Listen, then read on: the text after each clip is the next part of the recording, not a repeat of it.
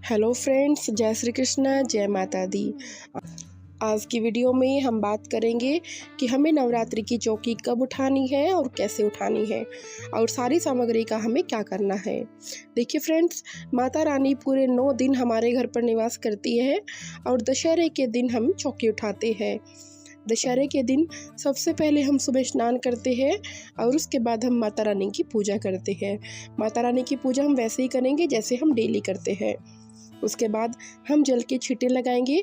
चौकी पर जितने भी देवी देवता आपने विराजमान किए हैं सभी पर हम जल के छींटे लगाएंगे और चौकी पर जितनी भी मूर्तियाँ आपने रखी है उन सभी को, जो आपके मंदिर की मूर्तियाँ हैं, उनको हम वापस मंदिर में रखेंगे और जिनका आपको विसर्जन करना है उनका हम विसर्जन करेंगे।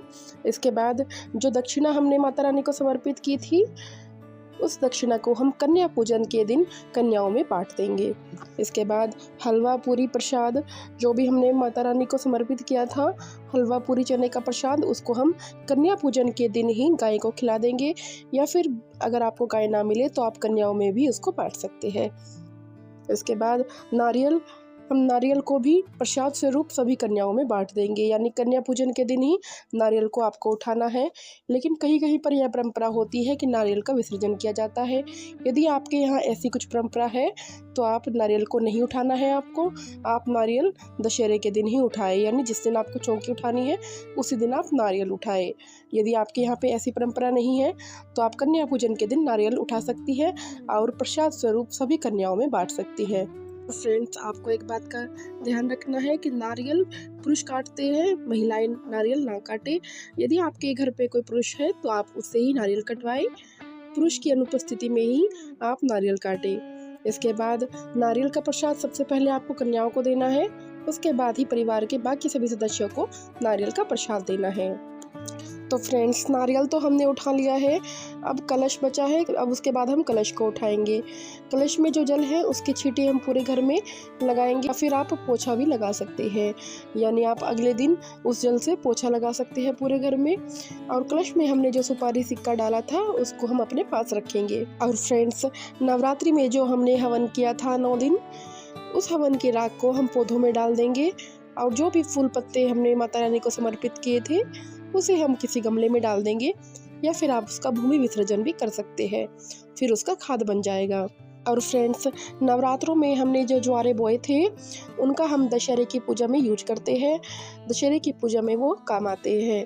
और कुछ ज्वारे का विसर्जन चांदी के साथ में भी किया जाता है, और बाकी ज्वारे जो बच जाते हैं आप उनको गाय को भी खिला सकते हैं, या फिर आप किसी को दे सकते हैं। कभी कभी ऐसा होता है किसी के यहाँ पे ज्वारे अच्छे से नहीं उगते, कीड़ा लग जाता है, तो आप उनको ज्वारे दे सकते हैं।